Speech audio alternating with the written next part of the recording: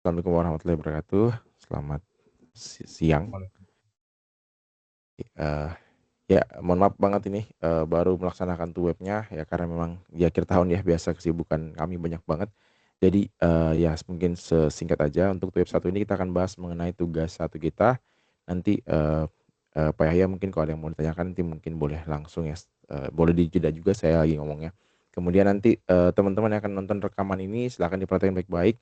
Ada beberapa hal yang ingin saya sampaikan. Yang pertama mungkin adalah tugas 1, 2, 3 itu wajib dikerjakan berdasarkan instruksi dari jurusan. Ketika salah satu tugas tadi tidak dikerjakan, maka otomatis nilainya akan E.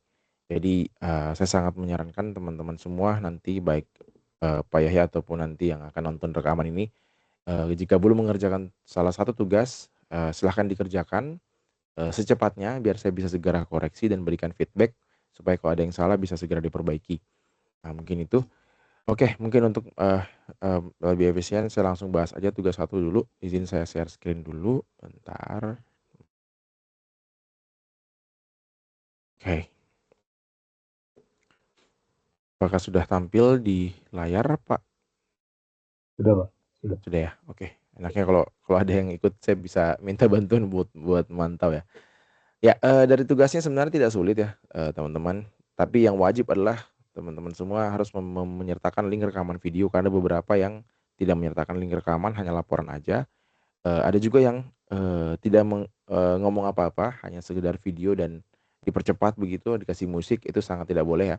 Karena saya tidak bisa menilai nanti langkah-langkah prakteknya gitu ya. Jadi harusnya mahasiswa tidak hanya merekam videonya, tapi juga harus ada penjelasan sambil mengerjakan tugas tersebut. Kemudian juga ada hasil analisis dari praktek tersebut ya. Oke, nah itu yang pertama. Nah kemudian dari soalnya kita bedah pelan-pelan satu-satu ya. Ini sebenarnya tidak sulit ya untuk yang tugas satu. Nanti tugas dua, tugas tiga mungkin agak berbeda. Nanti kita akan bahas di web berikutnya. Akan saya laksanakan di minggu ini juga, mungkin besok atau lusa ya. Nah, tugas yang pertama adalah kita mencoba untuk apa namanya melakukan serangan jaringan, yaitu praktikum sniffing ya pada Wireshark. Jadi sniffing ini merupakan salah satu jenis serangan. Ya bagaimana dia mencuri data di antara apa namanya dua dua perangkat ya, dia berada di tengah-tengah. Nah kemudian melakukan cracking password ya.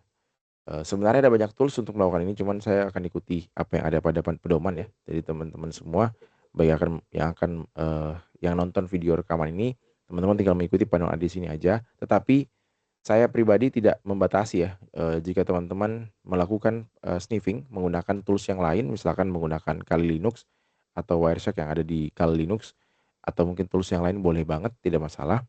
Karena tujuannya adalah mempraktekkan sniffing-nya tadi, dan saya harap teman-teman baca modulnya dulu untuk memahami apa itu sniffing ya. Jadi nanti pada saat praktikum saya tidak batasi bahwa harus menggunakan sesuai dengan ada modul, tidak harus ya kalau untuk saya gitu ya. Karena kita bicara soal cyber security, perkembangannya sangat-sangat pesat dan ya tools-tools buat menyerang itu berkembang terus. Sehingga menjadi tantangan buat kita semua untuk mengamankan diri. Tapi dengan kita mengetahui POV penyerang, kita jadi tahu bagaimana cara kerja mereka. Sehingga kita bisa tahu, oh yang saya harus amankan adalah bagian ini, bagian itu. Nah, ini juga boleh teman-teman pakai website yang ini, yang tes PHP fullweb.com. Nah, ini sebenarnya cara secara sederhana bagaimana cara penyerang itu bekerja. Kalau kita menggunakan website yang tidak tidak aman ya. Artinya website itu menggunakan bukan HTTPS, tapi menggunakan website yang HTTP. Jadi kalau ada tanda not secure seperti ini kemungkinan besar dia bukan HTTPS tapi menggunakan HTTP. Jadi kalau misalkan HTTPS itu artinya pesan yang kita kirim itu sorry bukan pesan, website yang kita kunjungi itu dia terenkripsi ya proses transmisi datanya, sehingga saat kita masukkan username dan password itu pada saat menuju ke server itu tidak dalam bentuk utuh tapi dienkripsi. Nah, itulah kenapa dengan tahu POV penyerang seperti ini teman-teman diharapkan mengerti cara mengamankan diri gitu ya. Mengamankan diri dan orang sekitarnya bahwa saat memasukkan atau masuk dalam sebuah website yang tidak menggunakan HTTPS, pastikan jangan menginput username dan password di sana. Karena bisa saja takutnya nanti ada sniffer di situ ya. Apalagi kalau menggunakan wifi public yang misalnya di warkop atau di warnet, di coffee shop dan sebagainya. Nah, kita kan tidak pernah tahu ya, orang duduk buka laptop bisa jadi mereka lagi nyalakan Wireshark, kita tidak tahu. Sehingga sangat-sangat rentan sekali terjadi pencurian data dan banyak sekali kasus-kasus kebocoran data yang terjadi itu karena ya hal-hal sederhana seperti ini aja gitu, karena tidak aware tentang bedanya antara HTTP dengan HTTPS. Nah ini kalau, teman-teman perhatikan ini ya websitenya pakai HTTP ya. Cuman saya kurang tahu kalau HTTPS apakah boleh atau tidak. Di sini kayaknya tidak bisa ya, karena web ini memang ditujukan untuk, belajar, artinya buat mencoba, karena dia hanya menggunakan HTTP saja untuk protokolnya. Nah jadi itu ya langkah pertama untuk, mengamankannya, dan ya teman-teman silahkan dicoba aja nanti biar tahu POV dari penyerang, dan, video-video yang saya sudah koreksi mayoritas sudah benar, sudah betul, kecuali tadi yang beberapa yang tidak ada suara, videonya benar tapi kok nggak ada penjelasan. Jadi saya tidak bisa menilai apakah, mahasiswa tersebut mengerti apa yang dikerjakan atau tidak.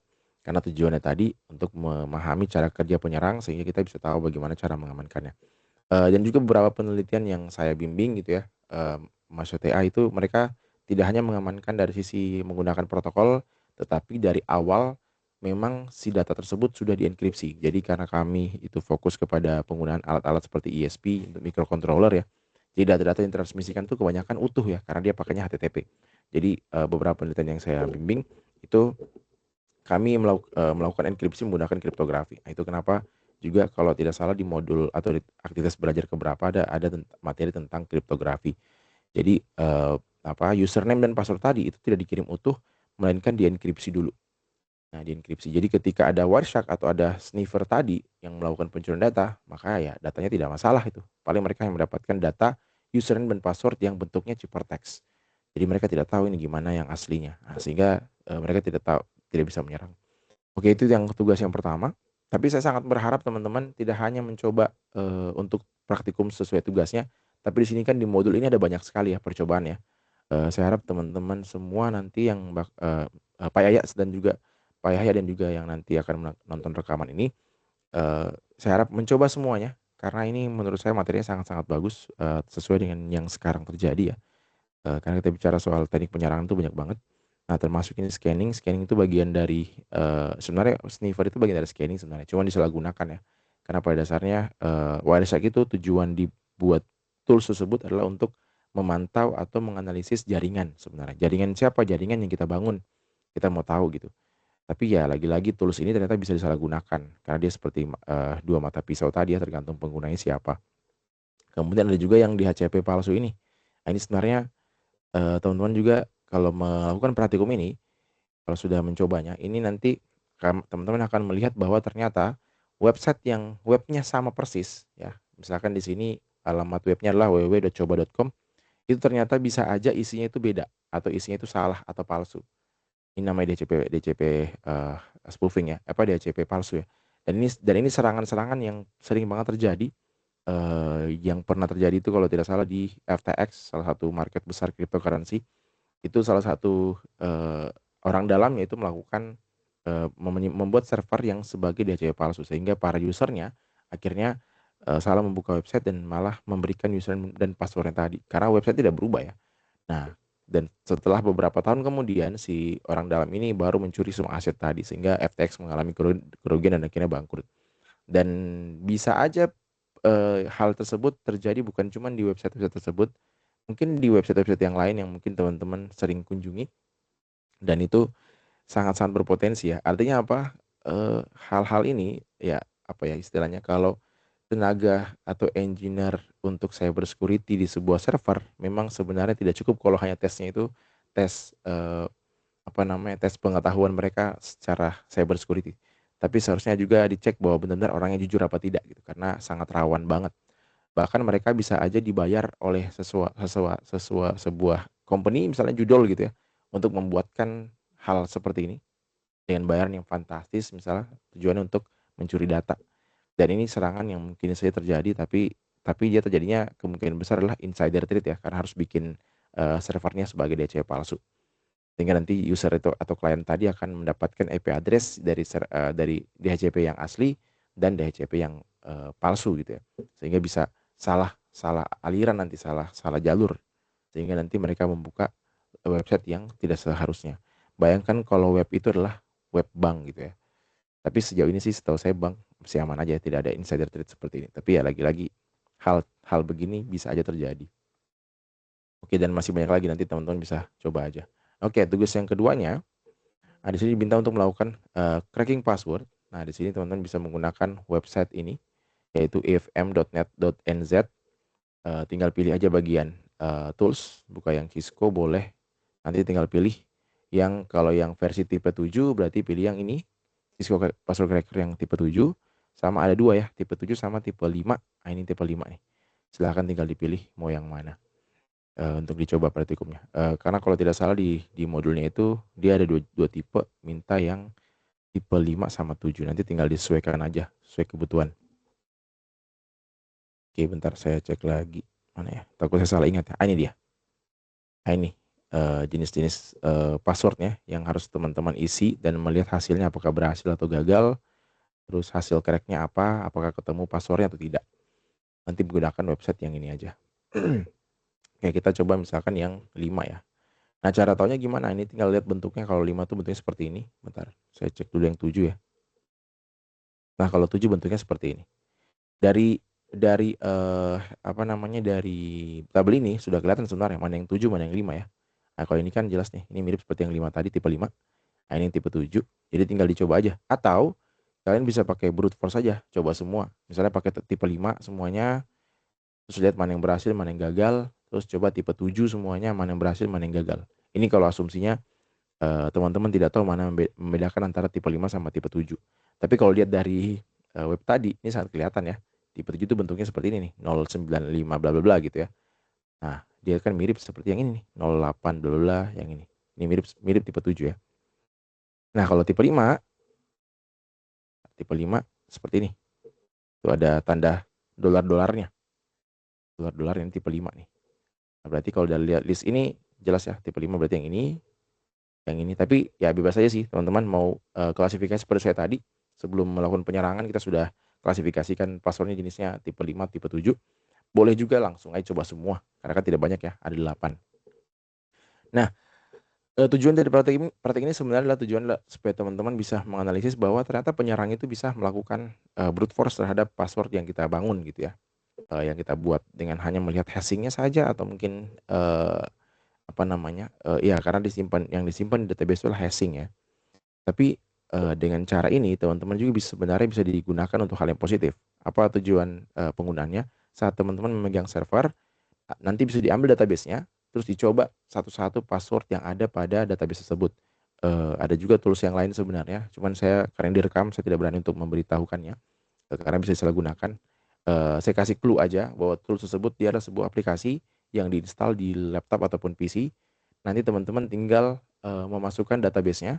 Terus nanti dia akan membrute force semua hashing yang ada pada database tersebut. Nanti hashingnya bisa dipilih mau hashingnya berapa, MD5, MD4 dan sejenisnya. Bisa juga semuanya. Cuman kalau pilih semua hashing berarti akan lama proses brute force-nya. Tujuannya apa? Tujuannya untuk mengetahui user mana di dalam sistem yang kita bangun menggunakan password yang lemah. Jadi nanti dia akan kebobolan tuh passwordnya. Jadi jangan tunggu hacker yang menyerang. Ya kita dulu yang coba serang. Cek ketika ketemu passwordnya bisa dihubungi si usernya entah menggunakan email atau apapun ya, dihubungi untuk kasih tahu bahwa silakan diganti passwordnya karena passwordnya terindikasi password yang lemah. Ya itu. Kemudian juga saya ada tools lagi teman-teman yang mungkin bisa ditambahan pengetahuan aja. Ini bisa pakai, mungkin teman-teman sudah pakai juga. Ini untuk mengamankan password kita karena dari mencoba penyerangan ini teman-teman sudah pasti dapat gambaran bahwa password yang kuat adalah password yang dibentuk di luar dari list yang ada dan juga dia urutannya tidak gampang tertebak, dalam artian bukan urutan angka yang 1 2 3 4 5 gitu atau admin 1 2 3 atau password yang umum sudah bocor atau menggunakan nama-nama artis karena mereka list password itu biasanya sudah masuk dalam list password. Kalau teman-teman cari list password misalnya Rockyu, bentar ya saya bukain. Itu kalau teman pakai Rockyu terakhir yang saya buka Rockyu itu datanya sekitar 130 jutaan password list. Nah, ini saya kurang tahu kalau ini berapa juta yang ini ya. Cuman yang punya saya terakhir itu saya dapat 130 juta. Ini dia nih. Ini word list dari password ya. Sebentar, saya cekkan dulu.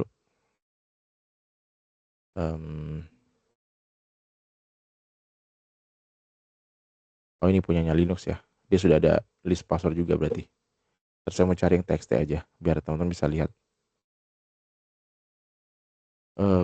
Ciri-cirinya itu ukuran passwordnya sekitar 100 100-an mega, 130-an mega. Oh ini nggak bisa ya. Ntar saya cari dulu. Ini kayaknya. Ini 5 tahun lalu. Ah bukan ini. Ini yang udah lama nih. Ini ada 14 juta yang ini ya. Jadi berisi password. Ini teman-teman bisa download. Dan ini bebas di download. Artinya peretas sangat-sangat mudah mengakses hal ini. Jadi bisa membrute force sistem kita gitu menggunakan list password yang ada. Jadi kita pun juga sama bisa mencoba sistem kita sendiri dengan membrute force menggunakan list dari sini. Sehingga kita bisa tahu apakah sistem kita aman apa tidak. Oh ini dia. Ini benar nih. Ini sekitar 14 juta ya. Ini ukurannya 133 megabyte yang ini nih yang saya dapat. Nanti bisa teman-teman download, nanti kalian akan lihat list password yang ada ya, lengkap banget listnya. Nah ini jenis, bentar bukan ini password, ini contoh passwordnya. Ada 123, ini bisa kalian download ya. Ada I love you, Prince, bla bla. Ini nanti kalau kita brute force dia akan mencoba untuk masukin semua ini. Termasuk dengan brute force wifi ya. Oke, nah artinya adalah jenis serangan ini menunjukkan bahwa ternyata penyerang yang membobol password itu ditentukan oleh jenis password yang kita gunakan. Makanya teman-teman bisa menggunakan password monster untuk mengukur sekuat apa password kita. Misalkan saya ngambil contoh di sini ya, misalnya passwordnya I love you. Saya pastikan di sini, nanti kelihatan tuh bahwa dia sangat-sangat very weak ya, very weak password ini. Kalau misalkan saya manipulasi passwordnya, I-nya saya besarkan, kemudian E-nya saya jadikan 3 gitu ya. U-nya saya ganti jadi tapi U-nya tetap aja deh. Misalnya O-nya kita ganti jadi 0. Ini masih tetap ketebak karena list tadi itu yang sekarang ya, yang terbaru yang kemarin saya dapat itu semua huruf diganti sama angka. Jadi huruf yang mirip angka dengan angka akan diganti juga. Jadi muncul list baru lagi yang huruf-hurufnya itu diganti sama angka. Jadi kayak gini kan gampang ketebak ya. Jadi caranya ya mungkin harus diganti bentukannya, jangan bahasa gitu. Misalnya kayak seperti ini. Siskom gitu ya, rekayasa komputer, karena saya ada di prodi rekayasa komputer. Nah ini dibobolnya dalam waktu 14 hari. Kalau ini saya ganti, ini 19 hari. Artinya semakin kita manipulasi bentuk dari password yang kita bangun, maka dia akan lebih lama diretas. Nah misalkan saya bikinnya agak lebih panjang lagi, tidak cuma itu aja. Misalnya seperti ini, maka dia akan lebih susah untuk diretas. Nah ini kebetulan password ini belum ada dalam list ya. Tapi kalau ketika password ini bocor dan ada dalam list, maka ini tidak akan 101 juta tahun ya. Bisa lebih cepat. Kayak yang tadi I love you itu dia lebih cepat ya karena memang listnya sudah ada tuh. Kayak ada dalam di sini ya. Jadi mereka ini, tapi di sini sudah disembunyikan kemarin. Ini terakhir waktu pertama saya dapat tools ini dari teman-teman komunitas gitu ya. Ini masih disebutkan tuh dari mana dapat datanya. Cuman sekarang disembunyikan ya. Jadi saya spill aja. Data mereka ini tidak hanya brute force dalam artian mencoba satu-satu per karakter, tetapi digabungkan dengan dictionary attack juga. Jadi mereka bikin dictionary, ini kan dictionary ya. List-list password itu dictionary. Nah, sehingga ketika dalam dictionary mereka atau dalam database mereka, maka dia akan tulis 0 second nih. Cepat berarti karena listnya ada. Nah, itu yang jadi masalah. Jadi teman-teman bisa pakai ini untuk mengukur atau menentukan apakah password yang dipakai sudah kuat apa tidak. Karena lagi-lagi berdasarkan teknik penyerangan ini sudah kita simpulkan bahwa kekuatan password ditentukan oleh password yang kita bangun gitu, bukan sistem yang dibikin ya. Jadi meskipun sistemnya bagus, canggih, kalau usernya menggunakan password yang mudah ya sama aja bohong, tetap akan kebobolan juga ya. Nah, beda cerita soal sniffing tadi ya. Nah, kalau sniffing ini juga sama, lagi-lagi keamanannya selain dari sistem yang harus menggunakan HTTPS, pengguna juga harus aware bahwa apakah web yang dikunjungi itu sudah HTTPS atau bukan. Ya gampang sih, semua browser pasti ada tanda seperti ini nih. Ini saya pakainya Edge ya. Kalau di Chrome juga sama, dia akan kasih tahu bahwa itu not secure. Kalau ada tanda not secure berarti kemungkinan besar itu protokolnya adalah HTTP tanpa S ya, HTTP saja. Nah, di browser Chrome ataupun Brave browser juga sama. Di handphone juga sama sih. Jadi lagi-lagi kunci utama keamanan dari sebuah jaringan ataupun cyber itu ditentukan oleh pengguna ya. Karena sekarang sebenarnya kalau kita bicara soal sistem sudah sangat aman gitu ya. Ya meskipun tetap ada celah juga sih. Tapi tetap aja penentu utama adalah usernya. Oke, mungkin sekilas untuk tugas 1 dan 2 saya rasa sudah oke. Teman-teman bisa mengikuti ini aja, nanti tinggal dicoba-coba. Ntar ini saya coba 1 ya.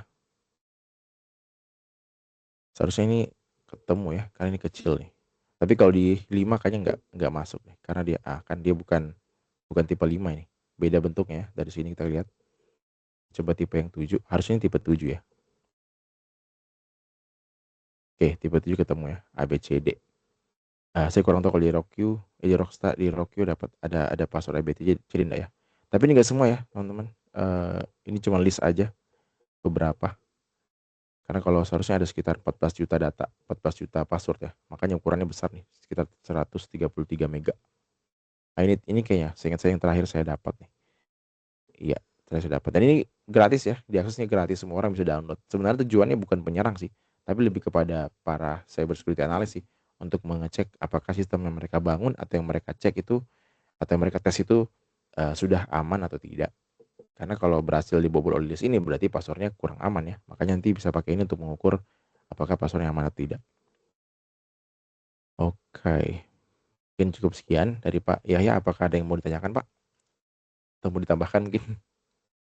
Karena nanti rekamannya akan dinonton. Baik Pak, Ya, tadi saya tertarik tuh dengan database-nya yang Rockview itu.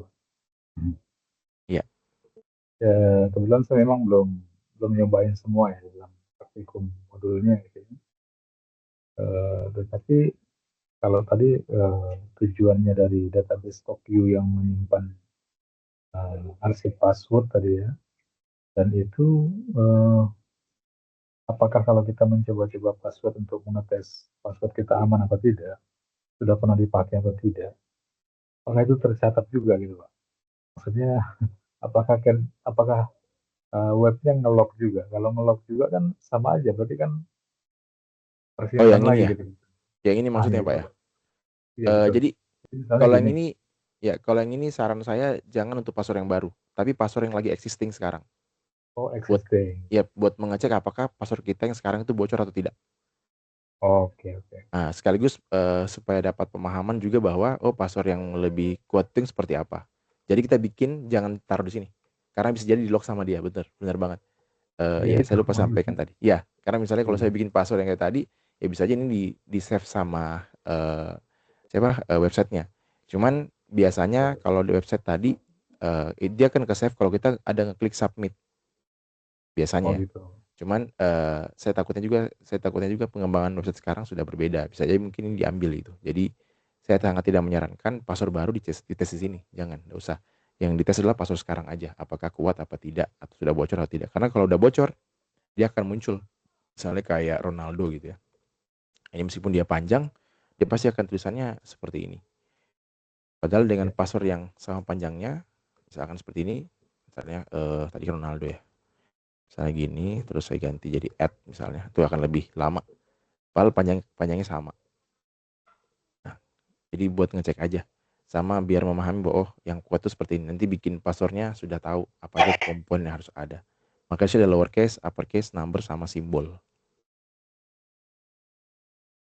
Ya gitu Pak.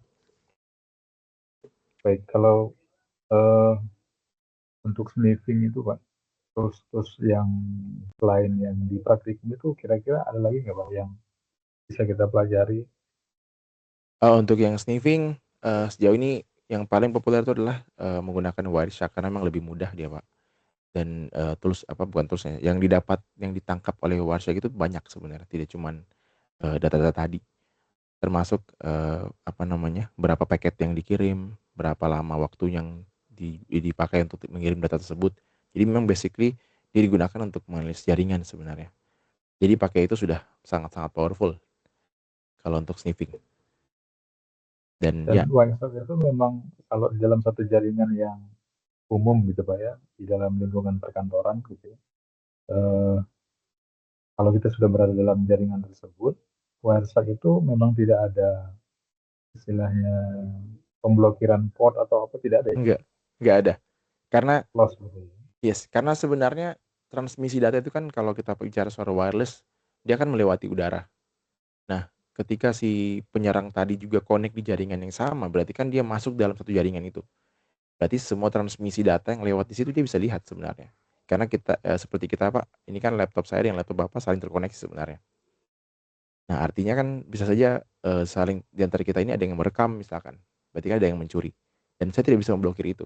Nah, sehingga solusinya adalah data yang dikirim yang dienkripsi.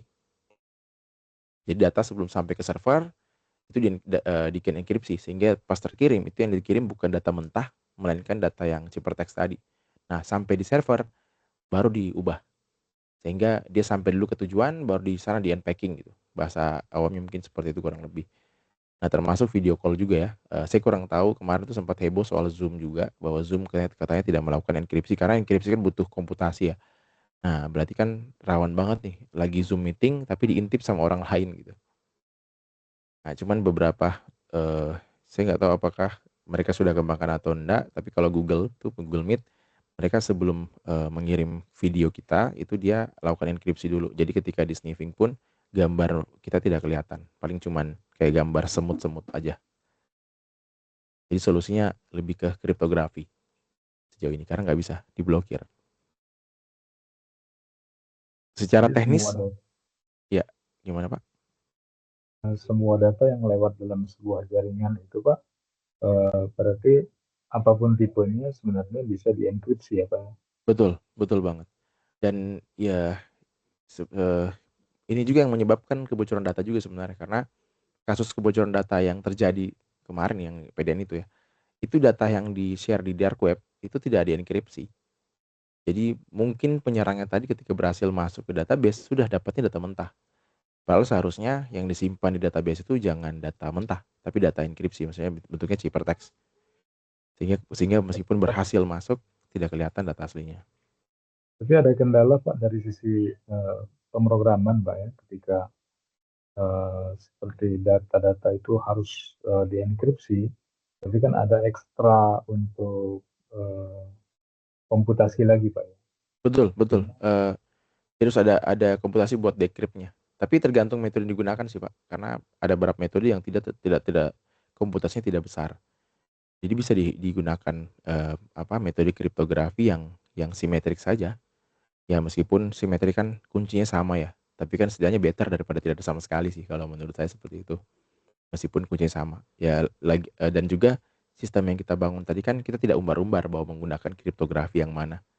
Sehingga penyerang juga harus nambah kerjaan dia sebenarnya. Kalau memang dirasa bahwa servernya tidak mampu untuk komputasi yang besar. Nah, kayak yang saya bimbing itu buat penelitian itu rata-rata pakai simetri. Jadi kita carai dengan kuncinya tidak usah dikirim, tetapi ditanamkan langsung di penerima dan pengirim.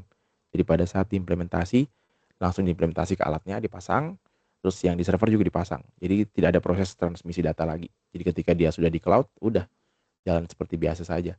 Dan data yang dikirimkan tetap ciphertext. Nah, komputasinya lebih kecil karena hanya menggunakan simetri. Itu cara pertama.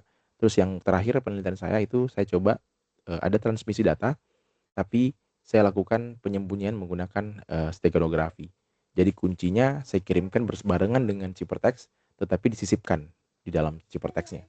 Jadi itu cara cara kedua sih. Jadi karena memang simetri ini kan komputasinya kan dia tidak besar seperti metode public key, sehingga eh, solusi lainnya ya udah kita sembunyikan aja, dan menyembunyikan juga tidak besar juga komputasinya, kecuali kuncinya panjang banget begitu Pak.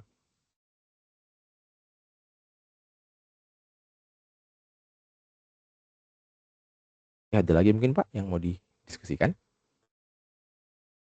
Eh, nah kalau sekarang dengan kasus-kasus yang banyak beredar nih Pak, macam SQL injection di beberapa website, terus umumnya itu dari judul ya, swap gacor. Dan ini kan sudah isu nasional ya, dan dan dari Kemenkominfo sendiri itu masih kesulitan untuk memberantas hal-hal seperti ini. Nah, kira-kira nih menurut Bapak, hmm, cara yang paling efektif dan clean gitu ya untuk menangani hal seperti ini tuh seperti apa Pak ya? Iya. Kalau untuk judul kan ini yang saya pernah hadapi Pak ya, karena kebetulan di tempat kami juga sama kena serangan itu, yang pernah kami coba investigasi yang saya alami Pak ya, saya kurang tahu kalau di tempat Bapak. Eee, karena kami itu kan bisa buka cPanel hanya melalui jaringan kampus. Jadi tidak bisa dari luar. Nah, tapi masalahnya kok Iya, Mbak. masih bisa masuk nih, kan harusnya tidak bisa masuk ya, karena si panel ini bisa dibuka hanya dari jaringan kampus saja dan sementara VPN penyerang ya, jadi yang awalnya tidak pakai VPN, Pak, jadi harus langsung jaringan kampus. langsung onsite ya. Yap, dan ada beberapa yang pegang VPN tapi dibatasi, Pak. Di kampus itu cuma 3 orang saja. Bahkan saya pun ditawari saya tidak mau karena tadi rawan kena fitnah, Pak, kalau misalnya kebocoran Iya. seperti ini. Jadi, ada 3 orang yang pegang VPN tadi. Nah, tapi judulnya masih masuk, Pak, sehingga ada kecurigaan ya lewat VPN. Atau ini ada kecurigaan yang ekstrim, Pak, tapi kita tidak bisa buktikan yang ini. Ya, justru si judulnya membayar orang tersebut buat membukakan jalan. Karena kalau secara teknis Jujur gitu. karena kalau secara teknis, Pak, sebenarnya sulit untuk masuk, skrip tadi karena sudah dibikin sedemikian rupa agar susah masuk. Nah, masih bisa masuk dan berkali-kali, Pak. Artinya sudah ditutup jalurnya masih masuk lagi. Berarti kan kemungkinan besar ada yang buka gitu. Dan itu berlangsung kurang lebih setahun ya, dibukakan lagi. Ya makanya ada kecurigaan jangan-jangan ada yang dibayar insider trade-nya tadi. Dan judul ini kan, Pak, uangnya banyak, Pak. Sehingga bahkan bisa membuat, teknisinya itu yang mungkin dia masih ngontrak atau magang tergiur, Pak. Karena kadang Ya, ya kalau di tempat kami lah itu, apa ya, ya mungkin bayarannya tidak mahal gitu ya dibanding tawaran judul tadi, makanya kaum-kaum artis pun tergoda, Pak. Nah, ini kecurigaan, Pak, ya, tapi tidak bisa kita buktikan sih karena, ya apa ya, soalnya kita curiganya itu karena ya sudah ditutup kok masih bisa masuk. Bahkan yang punya VPN itu cuma 3 orang, kok masih bisa masuk, berarti ada yang bukakan jalan. Seperti itu, Pak, dan spesifik ke salah satu server yang memang itu dipegang oleh beberapa orang, yang bahkan, apa ya, dipegang oleh beberapa orang yang kita tidak tahu siapa aja. Maksudnya saya pribadi tidak tahu siapa aja. Harusnya kan ada apa ya, ada list gitu ya. Nah, sehingga beberapa yang saya pegang itu hanya saya yang pegang. Gara-gara itulah saya akhirnya, si panel beberapa website yang saya pegang itu cuma saya yang pegang, nggak ada yang orang lain, meskipun tim saya pun tidak tahu. Ketika mereka butuh baru saya kasih, habis itu saya langsung ubah lagi password-nya. Nah, jadi mungkin, Pak, bisa menggunakan cara yang saya lakukan mungkin. Jadi, karena kan yang rawan itu kan di cPanel, Pak. Karena mereka kan, penyerangannya kan script ya. Dan takutnya script ini tadi, dikasih ke teknisi dan mereka simpan script itu dan mereka jadikan gerbang. Nah, jadi solusi dari saya mungkin cPanel itu hanya dipegang oleh satu orang atau beberapa orang saja yang gampang diketahui ketika ada suatu kejadian. Karena rawannya di sana, Pak. Termasuk VPN, Pak. Kalau misalnya ada yang pakai VPN, mungkin VPN tadi di list namanya, mungkin cuma satu orang cukup. Artinya ketika ada kebutuhan dan mendesak baru dipakai VPN. Kan basically kan kerjanya kan di kantor, Pak, ya. Jadi harusnya pakai jaringan ke kantor. Jadi VPN ini kondisi kalau, memang teknisinya di luar kota gitu. Nah, itu pun ketika dia diberikan akses, ketahuan gitu lah, artian, oh diakses jam sekian dan hari apa gitu. Jadi ketika setelah itu ada kejadian, wah sudah jelas suspeknya dia. Nah, mungkin bisa pakai teknik seperti itu, Pak. Kalau saya pribadi, saya tidak bisa ke semua sekampus karena ada beberapa bagian-bagian tadi, Pak. Jadi cuma di bagian saya aja yang saya terapkan hal itu. Dan alhamdulillah sejauh ini aman, Pak, dari serangan. Dulu dulu pas saya awal-awal baru megang aplikasi tersebut, itu setiap hari pas serangannya. Dan anehnya serangan tersebut terjadi saat kita mau presentasi, Pak. Sehingga makin kuatlah dugaan saya ini kayaknya ada insider. Kok dia tahu bahwa kita mau presentasi kan, website kampus kan tidak semuanya begitu penting menurut saya, Pak, ya, maksudnya untuk orang luar tahu gitu. Nah, jadi saya nggak tahu tujuannya apa gitu. Akhirnya dari itulah saya pegang sendiri akhirnya. Awalnya kan saya kasih ke teknisi, Pak, awalnya. Maksudnya yang pegang bukan cuma saya. Akhirnya sekarang saya aja yang pegang. Jadi ketika ada yang ngambil, ada yang mau pakai baru saya kasih, terus langsung saya ganti lagi password-nya di hari itu juga ketika sudah kelar. Nah, mungkin bisa diterapkan hal itu, Pak, untuk mencegah. Dan kita lebih tahu juga, Pak, oh saya habis kasihkan ke si A tadi nih. Terus ketika ada kejadian, wah berarti kan suspeknya bisa dia. Tapi syukurnya mungkin pelaku juga takut kali, Pak, ya. Karena, saya sudah pernah bilang ketika ada hal yang mencurigakan saya akan minta langsung buka atau minta laptopnya untuk saya cek. Saya forensik langsung gitu isinya ada apa aja, termasuk log-lognya. Karena bisa jadi dia buka buka gerbang tadi, Pak. Nah, mungkin bisa begitu, Pak, caranya, Pak. Kalau selain ini Pak, yang kita anggap insider tadi ya, orang dalam gitu ya. Kalau selain itulah yang kita Eh curigai, dan itu celahnya tertutup misalnya gitu ya. Kalau selain itu yang pernah saya alami Pak, di form apa kan di website yang kita buat kadang ada isian form Pak. Nah Berarti isian form SQL injection ya. ya, bukan cuma itu Pak, yang kemarin pernah itu script Pak, XSS, Gitu. jadi masuk dia. Nah karena tidak ada Oh, captcha, nggak ada captcha di sana, jadi dia bisa, masukin berkali-kali menggunakan tools yang dia punya, itu sekitar 50 ribuan data masuk Pak, dan akhirnya tembus. Ya, itu mungkin boleh dicarai dengan cara tambahin captcha aja, sesimpel itu. Dia tidak bisa masukkan script, karena dia nyoba-nyoba Pak pasti, cara nyerangnya itu yang XSS itu. Jadi, selain SQL, kalau kita pakai captcha itu prevent atau mencegah, SQL injection dan XSS. Jadi itu sih kemungkinannya Pak, kalau yang judul tadi bisa jadi dari ada website yang ada misalnya kolom saran itu, itu yang paling biasa tuh, kolom saran kan biasanya nggak pakai captcha. Nah dia biasanya nyerang di situ tuh, naruh script di sana, ketika berhasil masuk script-nya, itu jadi gerbang buat mereka masuk ke semuanya.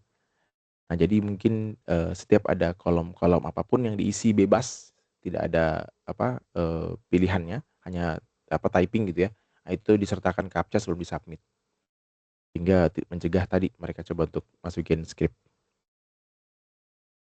Nah ini jatuhnya ke keamanan sistem sebenarnya sih Pak, tapi ya, tapi memang begitu cara mempreventnya. ya Terus umumnya kan awalnya masuk dari aplikasi itu Pak. Kemudian setelah masuk ke dalam database, baru dia menguasai jaringannya gitu. iya iya betul Pak, nanti mereka bisa masif tuh, apalagi kalau arsitektur jaringannya tidak ada firewall, semuanya server terhubung langsung. Kalau misalnya, arsitektur jaringannya setiap server ini ada firewall-nya sama ada IDS-nya, biasanya lebih gampang tuh dicegah karena nanti akan ketahuan tuh lewat IDS tuh, pakai snort misalkan nanti kan kelihatan, trafiknya. Oh ini mencurigakan nih, anomali nih, nanti ketahuan tuh dari mana ke mana aliran data tadi. Atau bisa juga arsitektur jaringannya bikin ada yang versi DMZ-nya atau demilitary zones. Jadi saat, publik itu akses, mereka hanya bermain-main di demilitary zone saja. Nah, sisanya tadi itu ada beberapa firewall yang, dipakai untuk, apa namanya, untuk, bukan perlindungan. Jadi server A misalnya sebagai demilitarized zone, nanti yang, server yang lain sebagai backup aja. Nanti boleh sambung pakai kabelan langsung atau dari kabelan tadi ke, firewall atau IDS, baru ke server yang DMZ tadi. Supaya kalau misalkan ada serangan atau misalkan bentar Pak ya.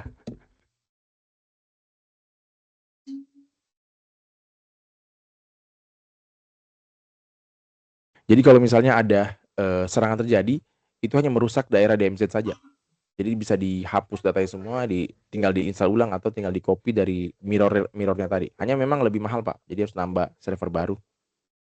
Seperti Jadi satu VN server, gitu Pak. jadi dia mirror gitu, Pak. Datanya mirror. Gitu. Dan yang mirror ini tidak connect ke internet atau kemanapun. Dia hanya langsung, mengcopy data dari yang, server utama ke dia, tapi database-nya aja. Jadi ketika ada serangan, kayak misalnya serangan yang kemarin kena BSI itu, apa namanya, ransom, jadi terkunci datanya, tidak masalah Pak, tidak perlu ditebus, tinggal dihapus aja, terus kembalikan data dari data backup-an tadi, atau data mirror tadi. Hanya memang lebih mahal sih, karena harus tambah server baru. Nah itu juga yang di tempat kami tuh, pas kemarin saya diminta investigasi, ketemu ada server yang tidak ada backup-annya, jadi cuma satu server aja. Dan servernya sudah ada, sudah dibelikan, tapi nggak dipasang. Alasannya tadi, "Ah, ngapain dipasang?" katanya. Kan sudah ada. Waduh, saya bilang nggak gitu maksudnya, ini tujuan dibeli ini supaya jadi mirrornya.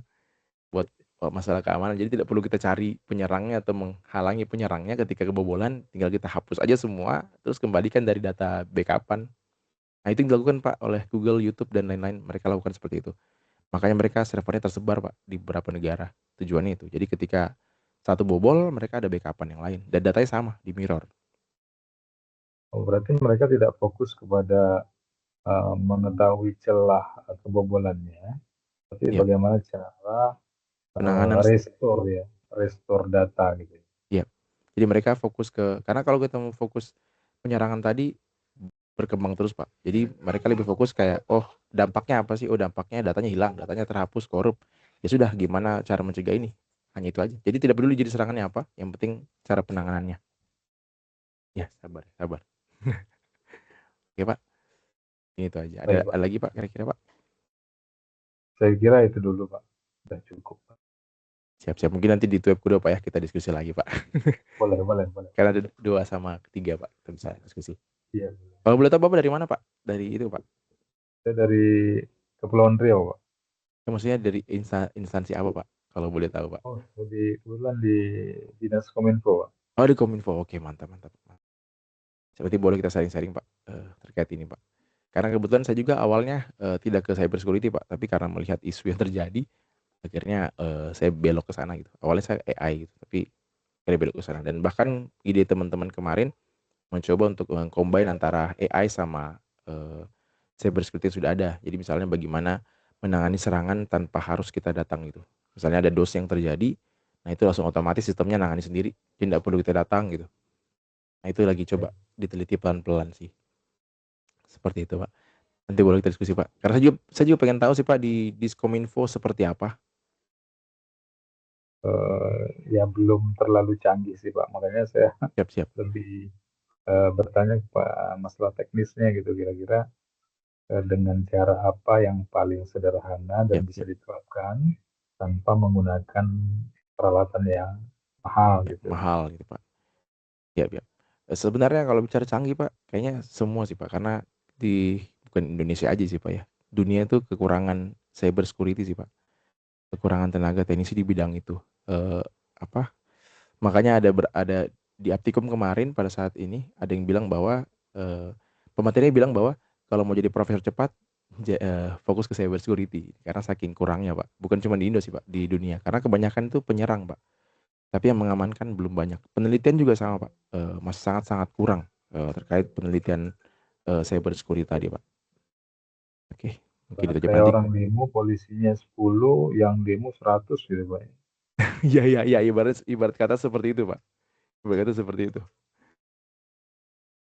Oke, ya, ada lagi Pak mungkin yang mau ditanyakan Pak? Nah, saya kira cukup, Pak. Oke, Dulu. baik Pak, baik Pak. Oke, kalau mungkin kalau cukup, mungkin saya izin untuk akhiri Pak ya tweet kita Iya, pada hari ini. Nanti kita lanjut lagi atau diskusi lagi di tweet kedua nanti Pak ya. Oke baik. Pak, siap.